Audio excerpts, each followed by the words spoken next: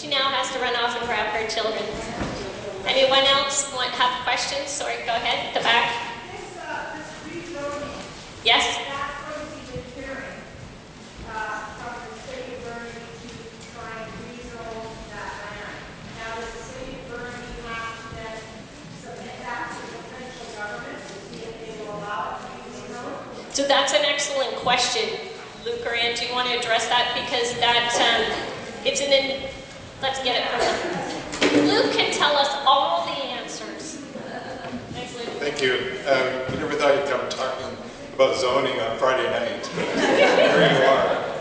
The powers that municipalities have over zoning are actually given to the municipality by the province. So while council will express their wishes for that site, they will go through the process to rezone it, to remove prison as a permitted use, and to set a vision for its future. The decision to actually develop on that parcel for a prison still rests with the province. They can override local government decision-making on zoning. So that's a very short answer. Have they ever done that before? Have they ever written a decision?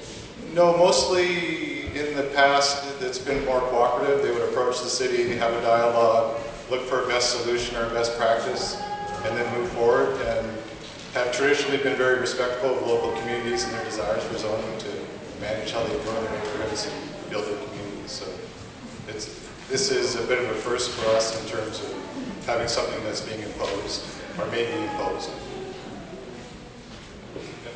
Hi. Has the City of Burnaby had any dialogue with the businesses in the area, like EA Sports or Kodak, how they're feeling about it? I'm sure EA would go, ooh, let's build there. Yeah, we haven't been approached at a staff level directly, but the Burnaby Board of Trade has started a campaign on their website. They basically expressed a position in opposition to the development. We haven't heard directly from EA. Or the Business Association in general from the City of Burnaby? Yeah, the Board of Trade is the business association, so they've expressed their opposition to it. Okay. Yeah. All businesses is also the city package from the city. Okay. Anyone? Go ahead, sorry. Yeah. No, go ahead. More people that show up at this meeting, like if we had thousands of people, and perhaps BCIT or like, all the news stations to come, all the stations, cover that story. Maybe, that will help. Yes. Absolutely. Turn on, or, people say, well, there's an election coming up on May 16th, and, we want to May 12th, that's right. We'll, see the ballot box, and maybe we can organize a rally at this event. Where we walk down the streets and, No. You're absolutely. it's really very important that as many people show up here. Absolutely. So to my point earlier about tell a friend to tell a friend, the biggest way that we do that is through our news media, newsprint, and things like that. So it will absolutely be imperative that we have a stellar turnout at our zoning meeting. Imagine how excited Luke will be to have a room full of people there for a zoning meeting. So, with placards, you know what? It's not a bad idea.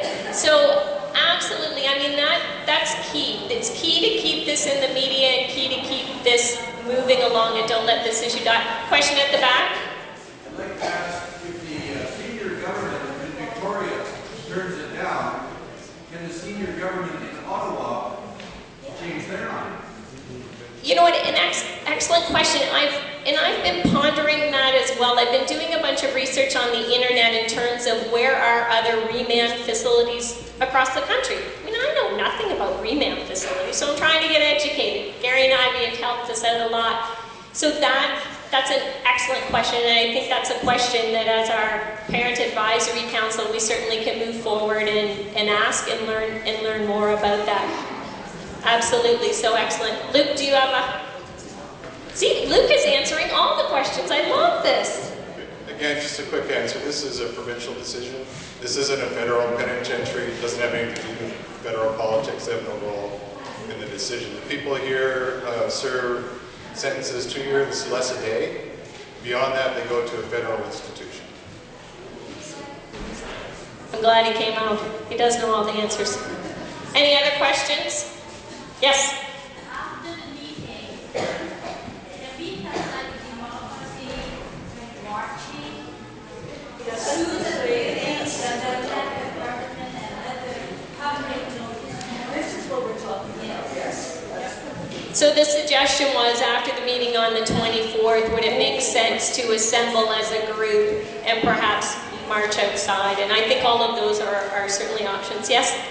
I think it'd be way better to do it on Sunday and combine it with like making the signs and make it more visible, more than marking during the daytime. Yes, And really get ready and signs and the right location. and do it Sunday to get some energy before the meeting.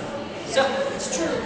so the other good news is that I've learned a lot about what it takes to get media out, and I hear that the weekends are slower days for the news crew, so it might get a little more coverage. Yes? There's a lot of misinformation out there, because tonight I actually phoned the front, there's less than a mile from here, and I said, are you aware what they're doing? She says, oh yeah, she said she sent a letter, and I said, are you going to come to the meeting? Oh, I can't come. And she says, well, we can't do anything about it anyway, it's all federal, she said. See, so, you know, people think that we can't do anything, it's federal, or it's the province, or whatever. But I think people need to know that if we get together and empower with a massive amount of media, people's protesting and like the squeaky wheel gets the oil. If everybody's going, you can't do anything about it, well, they've already decided, well, we can't do anything. Why do people feel that we can't do anything? You know, so the comment was there's a lot of misinformation out there as well, and people who don't understand the issue. So that's where I feel the power of this presentation comes to bear. So that website, www.noburnabyprison.ca, send your friends there. I think that is one area that we've assembled information. There's also some great information that I found from Stats Canada on the amount of time people are spending in remand facilities and statistics across Canada. So absolutely, and it's about taking this information back to your friends. So, you know what, I think that I'm sticking around for a while, would love to talk more and would love to chat with you three ladies on my big idea.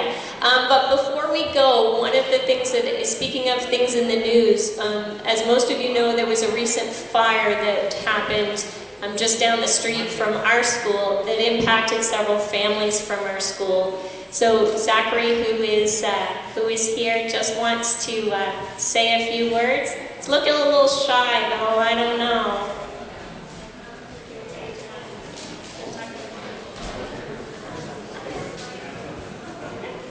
Hi, I'm Zachary Nancy. I am in grade 3, and I would like you to donate to my fellow student Joshua Payne and his family. Thank you.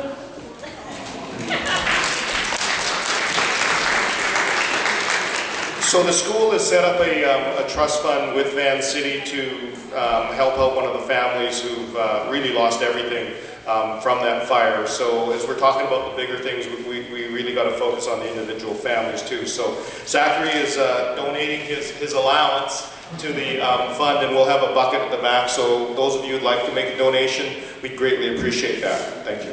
Oh, and if you want to, as Ivy talked about, rezoning it and maybe making an ice rink or something there, come out to the Parks and Rec meeting on March the 18th at the City Hall and make that recommendation.